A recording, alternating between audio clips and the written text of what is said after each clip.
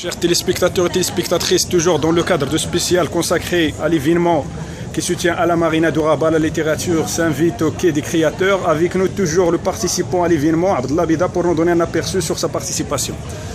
La participation à cet événement que je trouve très important nous a permis, est en train de nous permettre de rencontrer les lecteurs, de rencontrer les gens ici.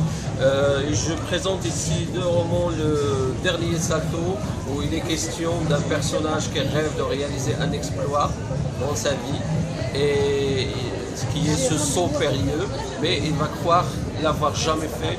Et c'est au moment où il se trouve devant un risque que ce vieux rêve va se déclencher chez lui et va le pousser à tenter de réaliser cela. Et le saut, en fait, dès le début du roman, ça va être un saut dans le passé, dans son passé, et il va s'apercevoir qu'il a réalisé quand même pas mal de choses dans sa vie, et le récit, le roman est un peu fait de cette façon, comme une sorte de Driss va peut-être changer sa vision des choses.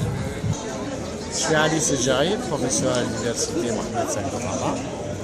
Voilà, je participe aujourd'hui dans un événement remarquable qui a été organisé et préparé par des soins d'une dame merveilleuse, exemplaire, qui s'appelle Nadia Sadi. Et c'est à elle que nous devons toute cette organisation, et j'espère que ça va devenir une tradition. Parce que nous avons besoin aujourd'hui non seulement d'être tout près des livres, de la lecture, de ce qui s'est fait au Maroc, de connaître les auteurs, de connaître la réflexion et d'encourager la culture, parce que de mon point de vue, aujourd'hui, aucun pays du monde ne peut se développer sans développement culturel, une règle d'or. Et je suis présent aujourd'hui parmi toute une sommité et à la fois d'auteurs connus et moins connus qui écrivent dans la littérature, mais moi je pense que j'ai une des particularités aujourd'hui. Je participe avec un série d'ouvrages qui traitent la question de la gouvernance, de la ville, des élites, des partis politiques, de l'État, de l'administration, de l'environnement et des droits de l'homme et d'autres. Et le livre qui vient de sortir aujourd'hui, qui fait la synthèse féconde de toute une réflexion qui date depuis de longues années, et d'un constat aujourd'hui, un constat réel sur la crise de la gouvernance et comment se présente la gestion d'un pays à travers cet intitulé qui est très qui dit lui-même, c'est l'art de gouverner ou le courage de changer. Aujourd'hui, il ne suffit pas simplement de gouverner, pour nommer un gouvernement, il faut avoir le courage d'aller de l'avant, le courage de faire des réformes, le courage d'évaluer, le courage de dire la vérité, le courage de gérer la réalité tel qu'il est, et de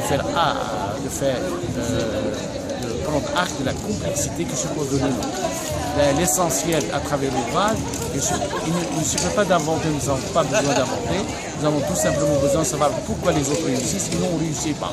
Donc, non seulement aujourd'hui, il faudra rénover l'art de gouverner, mais on devra après avoir l'humilité de savoir comment les choses se font, comment les réformes s'élaborent, se produisent, et qu'est-ce qu'il faut faire comme moyen en se basant sur la compétence, sur l'intelligence. Nous avons besoin d'un État intelligent. Un État intelligent, c'est celle qui s'appuie sur la connaissance et sur le savoir. Et l'ouvrage fait aujourd'hui acte d'un certain nombre de facteurs clés que j'appelle des zones critiques de changement.